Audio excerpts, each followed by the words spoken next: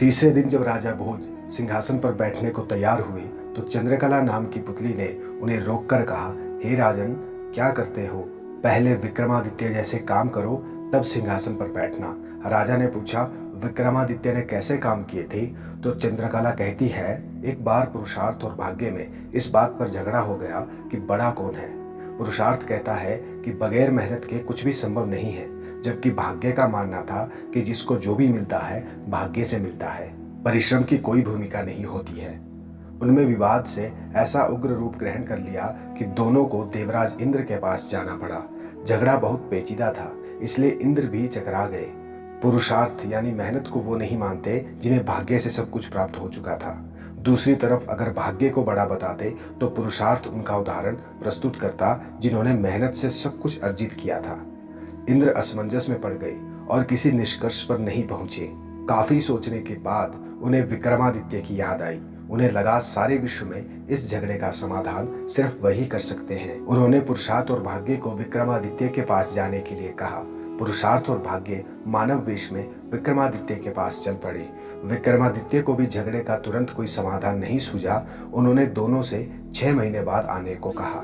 जब वे चले गए तो विक्रमादित्य ने काफी सोचा। समाधान के लिए वे सामान्य जनता के बीच वेश बदलकर घूमने लगे। काफी घूमने के बाद भी जब कोई संतोषजनक हल नहीं खोज पाए तो दूसरे राज्यों में भी घूमने का निर्णय उन्होंने किया। काफी भटकने के बाद भी जब कोई समाधान नहीं निकला तो उन्होंने एक व्यापारी के यहाँ नौकरी कर ली। व्यापारी ने उन्हें नौकरी उनके यह कहने पर दी कि जो काम दूसरे नहीं कर सकते हैं वे उस काम को कर देंगे। कुछ दिनों बाद वह व्यापारी जहाज पर अपना माल लादकर दूसरे देशों में व्यापार करने के लिए समुद्री रास्ते से चल पड़ा। अन्य नौकरों के अलावा उनके साथ विक्रमादित्य भी थे। जहाज कुछ ही दूर गया होगा कि भयानक तूफान आ गया। जहाज पर सवार लोगों में भय और हताशा की लहर दौड़ गई। किसी तरह जहाज एक टापू के पास आया और वहां लंगर डाल दिया गया। जब तूफान समाप्त हुआ तो लंगर उठाया जाने लगा, मगर लंगर किसी से भी उठाया नहीं गया। अब व्यापारी को याद आया कि विक्रमादित्य ने यह कहकर नौकरी ली थी कि जो काम कोई नहीं कर सकेगा वह उस काम को कर देंगे। उसने विक्रमादित्य से लंगर उठाने को कहा। लंगर उनसे आसानी से उठ गया। लंगर उठते ही जहाज तेज गति से चल पड़ा, लेकिन विक्रमादित्य वही टापू पर छूट गए। घूमते फिरते वह एक नगर के द्वार पर पहुंचे। नगर के द्वार पर एक पट्टिका टंगी हुई थी जिस पर लिखा था कि वहां की राजकुमारी का विवाह पराक्रमी विक्रमादित्य से ही होगा। वे चलते चलते महल तक पहुंचे। राजकुमारी उनका परिचय पाकर खुश हुई और दोनों का विवाह हो गया। कुछ समय बाद वे कुछ सेवकों को साथ ले अपने राज्य की ओर चल पड़े। रास्ते में विश्राम के लिए जहां डेरा डाला वहीं एक सन्यासी से उनकी भेंट हुई। सन्यासी ने उन्हें एक माला और एक छड़ी दी। उस माला की 2 विशेषताएं थी। उसे पहनने वाला अदृश्य होकर सब कुछ देख सकता था तथा गले में माला रहने पर उसका हर कार्य सिद्ध हो जाता। छड़ी से उसका मालिक सोने के पूर्व कोई भी आभूषण मांग सकता था। सन्यासी को धन्यवाद देकर विक्रमादित्य अपने राज्य लौटे। एक उद्यान में ठहरकर संग आए सेवकों को वापस भेज दिया तथा अपनी पत्नी को संदेश भिजवाया कि शीघ्र ही वे उसे अपने राज्य बुलवा लेंगे। उद्यान में ही उनकी भेंट एक ब्राह्मण और एक भाट से हुई। वे दोनों काफी समय से उस उद्यान की देखभाल कर रहे थे। उन्हें आशा थी कि उनके राजा कभी उनकी सुध लेंगे तथा उनकी विपन्नता को दूर करेंगे। उन्होंने सन्यासी वाली माला भाट को और छड़ी ब्राह्मण को दे दी।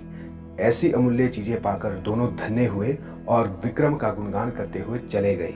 विक्रम राज दरबार में पहुंचकर अपने कार्य में संलग्न हो गए। 6 मास की अवधि पूरी हुई तो पुरुषार्थ और भाग्य अपने फैसले के लिए उनके पास आए। विक्रमादित्य ने फैसला लिया कि भाग्य और पुरुषार्थ एक दूसरे के पूरक हैं।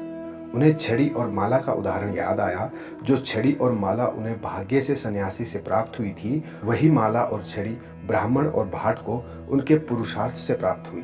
पुरुषार्थ और भाग्य पूरी तरह संतुष्ट होकर वहां से चले गए।